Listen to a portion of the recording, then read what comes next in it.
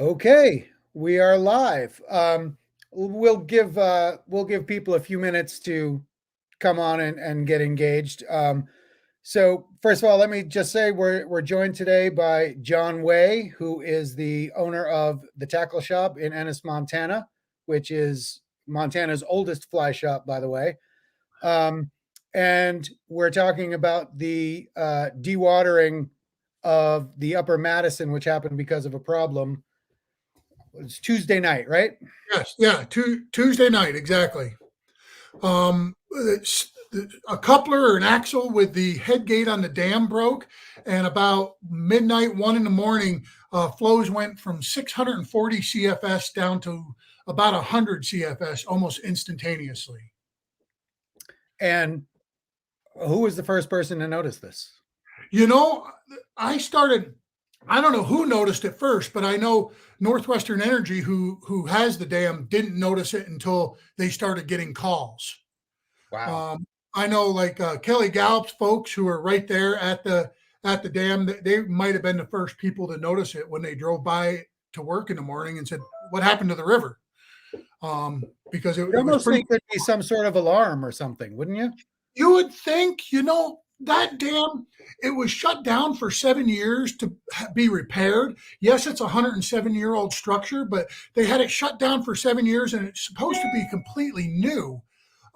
You would think that there would be an alarm um, of some sort if flows diminish or exceed a certain threshold in a Mhm. certain amount of time. But I think when fishing guides noticed the river wasn't flowing correctly, that's when Northwestern Energy started paying attention. And are folks still fishing that section of river this time of year? They are, that's usually a pretty popular section to fish this time of year between the lakes. A lot of fish in there. Obviously, right now nobody's fishing it. There's a river-wide fishing closure from Fish, Wildlife, and Parks that is still in effect. Well, looks like a lot of people have come on since we started. So let me just pull a Terry Gross and reintroduce you. We're talking to John Way, who is the owner of the Tackle Shop, fly shop in Ennis, Montana, and a longtime Madison River specialist. Um, Yeah, so when did you first hear about it? And I what heard did you do? about it about 10 o'clock in the morning. I got a call from one of our fellow guides saying, "Hey, there's been a failure at the dam. We're going to go up there and try to figure it out and rescue some fish." And that's when I first heard about it. And I was kind of in disbelief. I'm like, "What do you mean a failure at the dam?" Got online, looked at the flow charts, the USGS flow charts. And I'm like, "Wow, yeah, that's 100 CFS." So all of my guys headed directly up there and sent back word. They're like, "Yeah, this could be bad." And so that's when we kind of closed everything down, and it was all hands on deck after that. So you closed your fly shop. We closed our fly shop for about a day and a half, all day yesterday and a half day the day before, to help with this effort of saving some fish. So, what did you find when you got up there? Well, first of all, You know, let's describe of where for yeah, folks who may not be completely familiar. Where is this, and what yeah, part of the river? yeah. This is upriver. Hebgen Dam holds Hebgen Lake, and then there's a 4 mile stretch between Hebgen Lake and Quake Lake. And then Quake Lake is there, and then the Madison flows out of Quake Lake. So it's all considered the Madison. But the real impact was between Hebgen and Quake Lake, those 4 miles of river.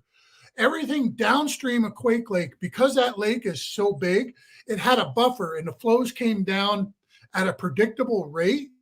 So the fish had time to kind of move over and find new hides as the water went down. And it never got low enough to reach that critical level below Quake Lake. So really the affected area is kind of between Hebgen and Quake Lake. That 4 miles, 3 to 4 miles in there is kind of the affected area that went from 640 CFS down to about 100 CFS instantaneously.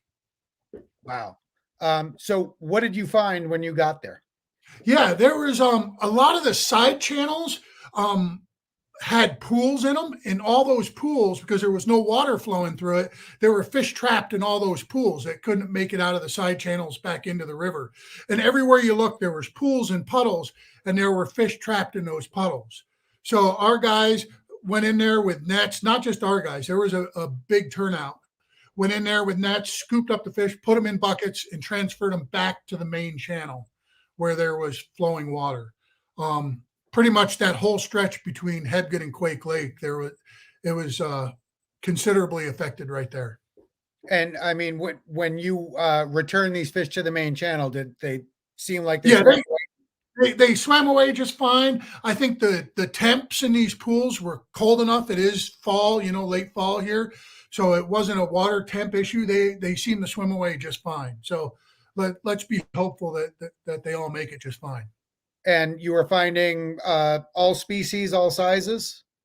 Yeah. Most right when they got there, they scooped a bunch of bigger fish. Even some of the bigger, like 2-foot brown trout, were caught in these pools. So the guys scooped those up and got them. But there were a lot of those young of the year fish, those 6 to 8 inch fish that were trapped in those puddles and pools that got moved back, along with a million sculpins. It's amazing when the river dries up. There's like a sculpin under every rock. There were sculpins everywhere, and a lot of stoneflies too that got moved back to the main channel. And what about dead fish? Did you find many? There was some dead fish, I mean, I wouldn't say a lot of them, but there was some dead fish in that section. Yesterday, I walked a good section of the main stem of the Madison below Quake Lake, and I didn't see any dead fish or exposed reds or anything like that below Quake Lake. But between the lakes, there was some dead fish in there. Not as many as a guy thinks, but yeah, there was some dead fish in there. And it seems like there was quite a turnout of people to help.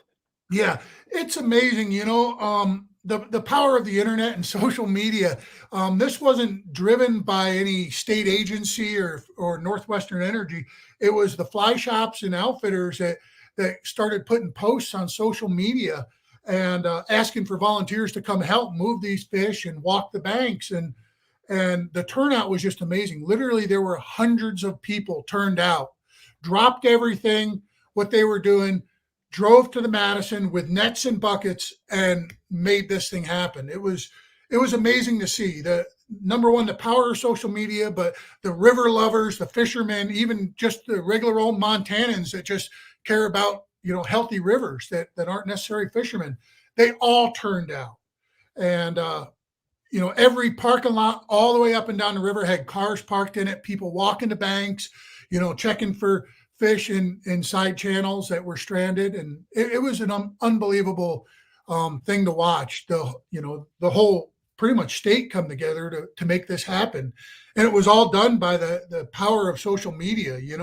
As not a tech guy myself, and I kind of cringe sometimes at Instagram and Facebook, but the power of it is truly amazing. Wow. I mean, did Fish, Wildlife, and Parks show up at some point? And Oh yeah, Fish, Wildlife, and Parks was there, and they played a strong role. They had an electrofishing crew there to try to help with some of those deeper pockets, and they helped, but really getting the word out was done organically through the fishing community. Really, that's really cool. Everywhere from West Yellowstone all the way down to Bozeman through Ennis here. All the fly shops were posting about it, asking for help, and people showed up. So the main rescue mission was Tuesday, right? Was yesterday. The main rescue, yep, was yesterday. Okay. And I did see that water's back. Yeah, they got the dam fixed about midnight last night, and flows returned to normal sometime shortly after that. And so that's going to take a while to bump flows, all the way down the river. It took 2 days to drop, so it's going to take some time to bump up. Mm-hmm. But hopefully everything is in the clear flow wise going forward. And you mentioned that the river's closed for a little bit. It is. Fish, Wildlife, and Parks put it a emergency fishing closure on the entire river, which was probably the right move to make. and that closure is in effect until they rescind it. And I would assume once flows stabilize here in a couple days, they'll remove that closure. So overall, that the good part about social media is what you just talked about. The sometimes not so good part about social media is that some people may see one picture of one dead fish and say, "Oh my gosh, the Madison's destroyed."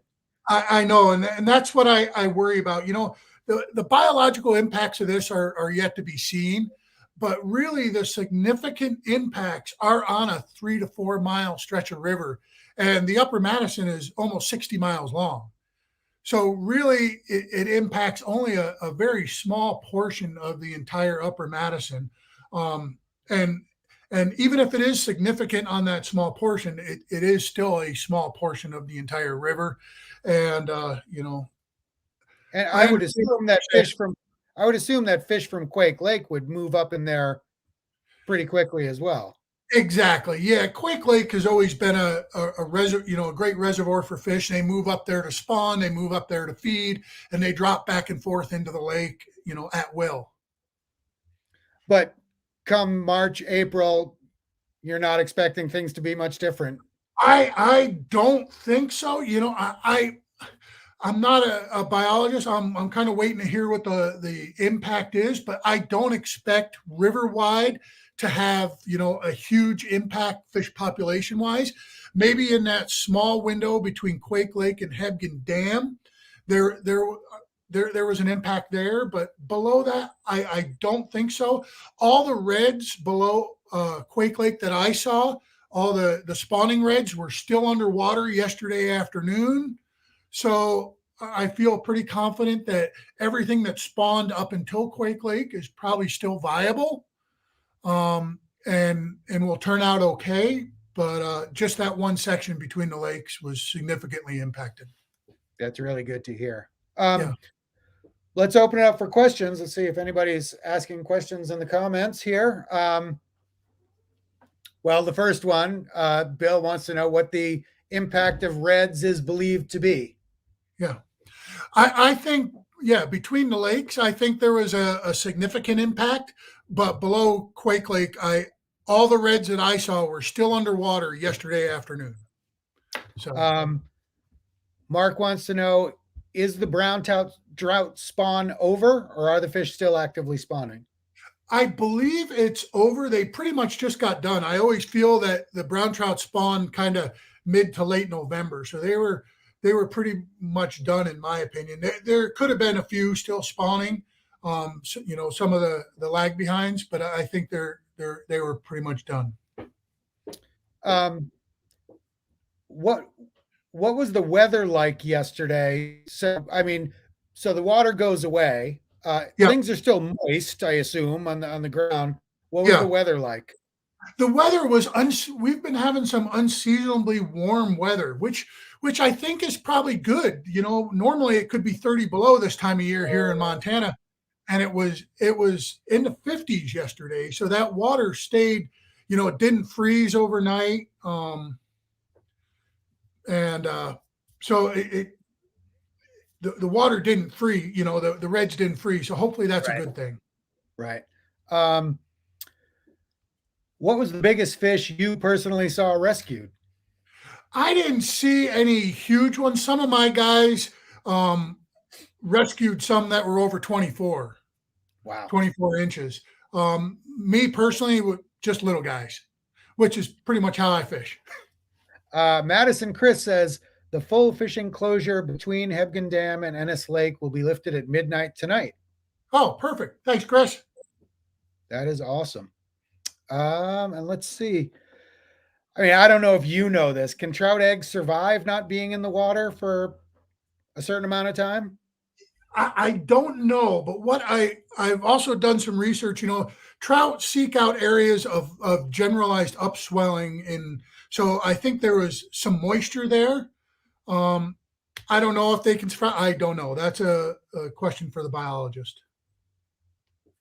Excellent. And I'm assuming that this will now be a site that they monitor pretty closely Yeah, to learn about how this kind of event affects trout. Yeah, I think Fish, Wildlife, and Parks has some work to do figuring out the long-term biological impact of this incident and how it's going to affect the Madison as a whole. Cool. All right. I feel like we answered all the questions. Anyone want to take a last shot? It's really great. Here I am in Vermont where we got 8 inches of snow on the ground, and I'm seeing this stuff online. So it's great to have you on the ground to lean on to get actual information about this kind of thing, because I always hate to rely on social media to figure Yeah. out what really happened in situations like this. So It- thank you and all your employees for doing what you did to get out there and help the river. And let's hope that things get back to normal as soon as possible. yeah, let's hope. I think the best thing we can have going forward is to pray for some snow and have a big water year. And I always say water fixes about every problem in Montana. So let's play for some snow.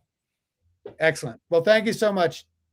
Yep. It's good to Have talk a to you. good day, guys. Thank you. Bye.